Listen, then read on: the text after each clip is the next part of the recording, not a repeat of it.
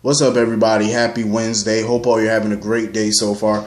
I wasn't gonna do Y&R reviews because I didn't like the way the show treated Lauren Lott, who played Anna Hamilton. I didn't like the way the show treated her. The way they just fired her, claiming it was for creative reasons. I just didn't like it. It didn't sit well with me. But a few people, requested that I do a review on the show. So I say, you know what? I'll do it.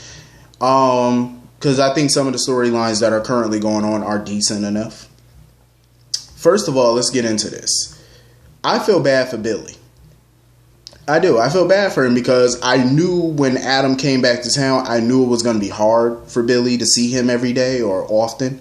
I knew it was going to be tough. The man who ran over your daughter and tried to cover it up, it's going to be tough for you to see that guy. Honestly, though, I didn't know it would turn into this.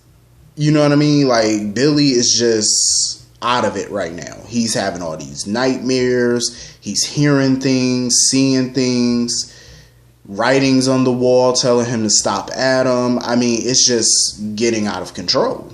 Like, his mental health right now is just deteriorating right now. There's no telling what he's going to do. And I was hoping that he wouldn't go so far off the rails that he would try to kill Adam. I was hoping he wouldn't. Be stronger than that. Because at the end of the day, he has 2 other kids that he has to think about. You know what I mean? Like, you have a whole damn life that you still have to live for. And a lot of people to live for. You know what I mean? Like, don't let Adam bring you out of character and cause you to do something that's going to take you away from your other children. You know what I mean? Don't do that. I think that even though he is seeing a therapist, I feel like it's still not helping. It's not working. Maybe he need to take some anxiety meds. Like, he needs extensive treatment. Like, look at these dreams that he's having, these visions, and he's seeing things, he's hearing things. It's like, he's just going off the damn deep end right now. And I'm like, he really needs some heavy meds and more therapy. Something. Maybe even confide in his family about what he's going through. You know what I mean? Because he's not being so open with them. You know what I mean? Like, they know he's troubled because Adam's back in town. They can see it. But they don't know how troubled he really is. I mean, even Kevin saw it, when he was in town. But yeah, he just needs even more help and, family to rally around him and stuff like that. I hope he gets more help. I just hope he doesn't do anything stupid, that's going to cost him anything else. So anyway, moving on from that, Phyllis is making her rounds. Phyllis is sitting on the phone trying to call any and everybody that she know that got some bank to help her buy the Grand Phoenix Hotel from Adam, because Adam wants $15 million cash up front in order to sell the hotel to Phyllis. But she can't get nobody to bite. I mean, she tried calling Devon, of course, because, whenever somebody needs some money in this town for a new business, Devon is always the first person they call. Devon basically, before she could even get out any more of her sentence, he basically cut her off and was like, yeah, I'm already working on a project, so that's a no-go.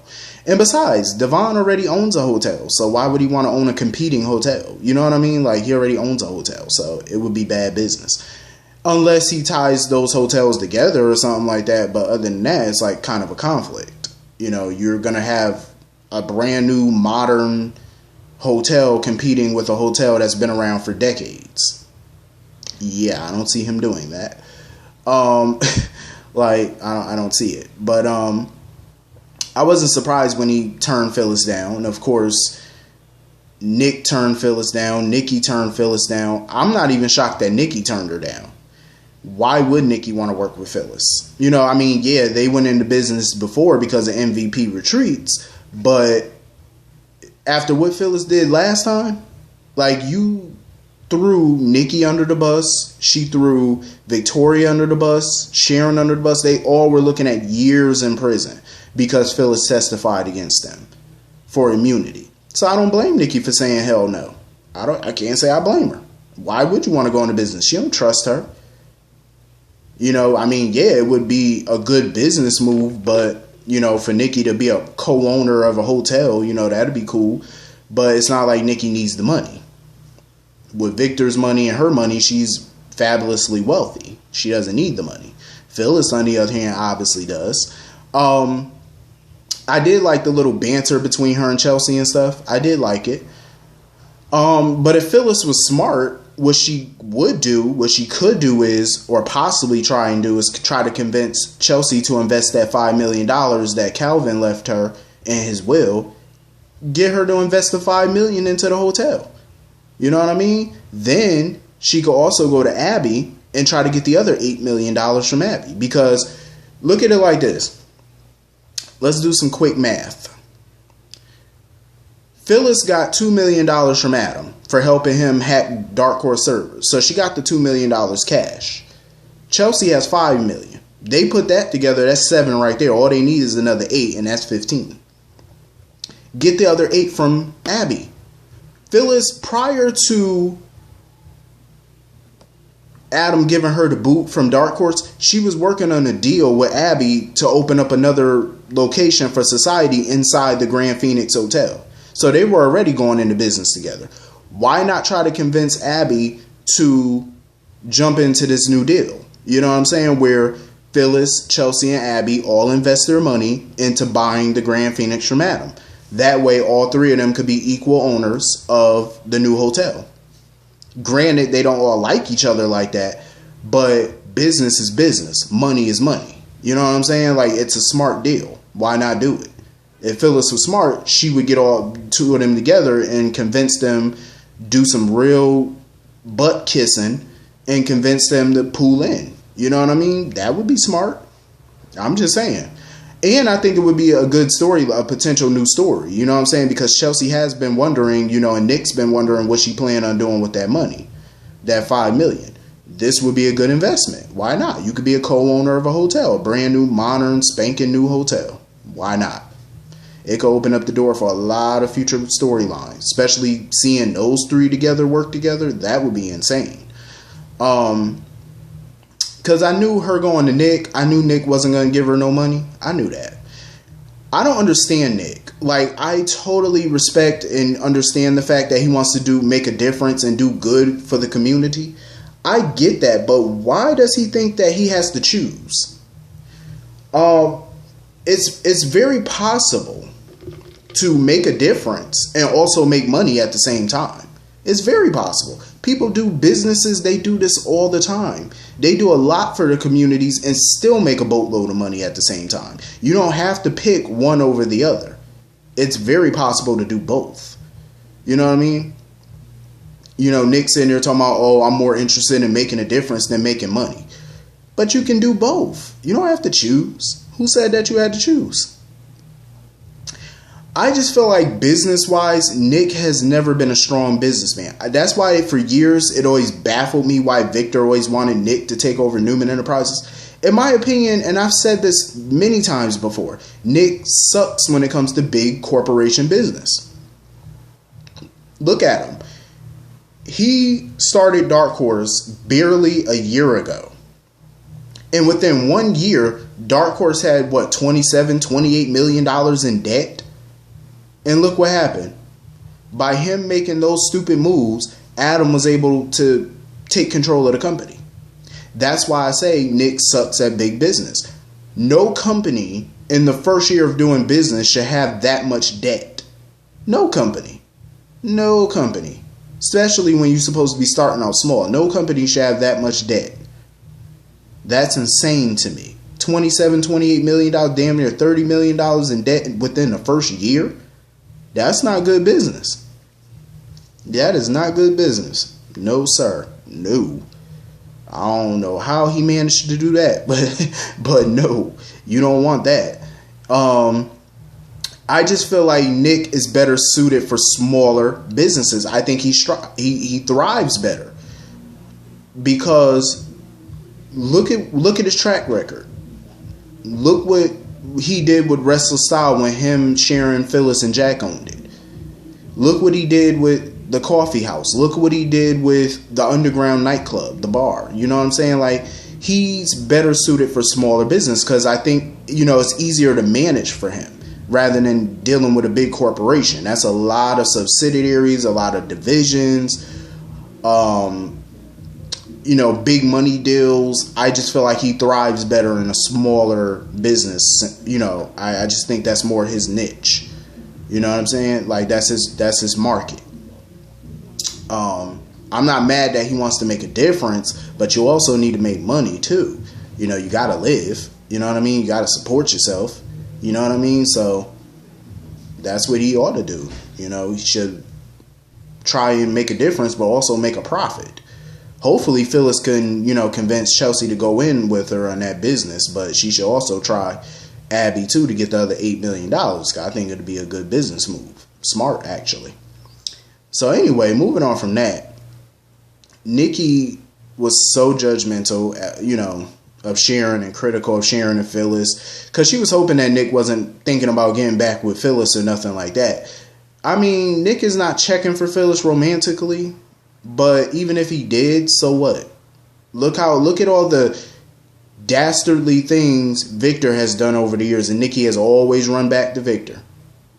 So she's in no position to try to critique Nick's life and his choices, or Sharon or Phyllis. Like, you have done a lot of things yourself that has been crazy in the name of love. You know what I mean? So she's in no position to talk. Like, mind your business, eat your salad or whatever you're eating, and chillax. Mind your business.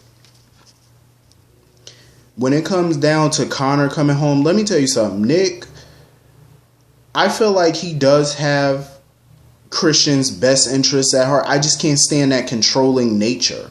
Like he didn't even want Chelsea to tell Connor about Adam being alive and stuff. I'm like, okay, but that's her son. He has a right to know. He's older now. He's a little older. He has a right to know that his dad's alive and stuff like that, because obviously with him coming back, she doesn't want him to hear it from anybody else or by accident or whatever the case. She wants to be the one to tell him. Nick needs to stop thinking that, he can take control. Oh, I can protect her. Protect them from what? Adam's not a harm to them. He's not going to hurt them. Protect them from what? Like, Nick needs to calm down. I truly believe he cares about Connor too, and I believe definitely he cares about Christian.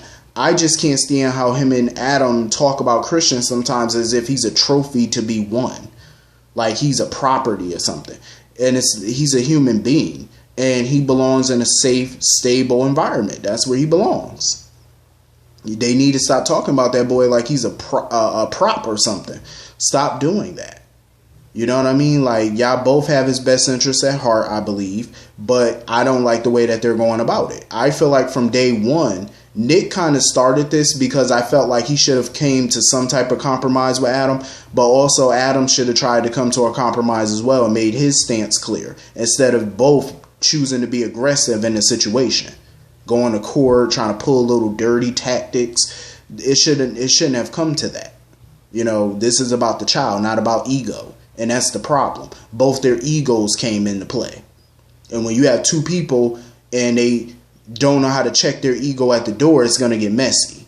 You know what I mean? I feel like they lost sight of what this was really all about. This is about the child, not about y'all hatred for each other. That's the problem. They're letting their feelings for each other cloud their better sense.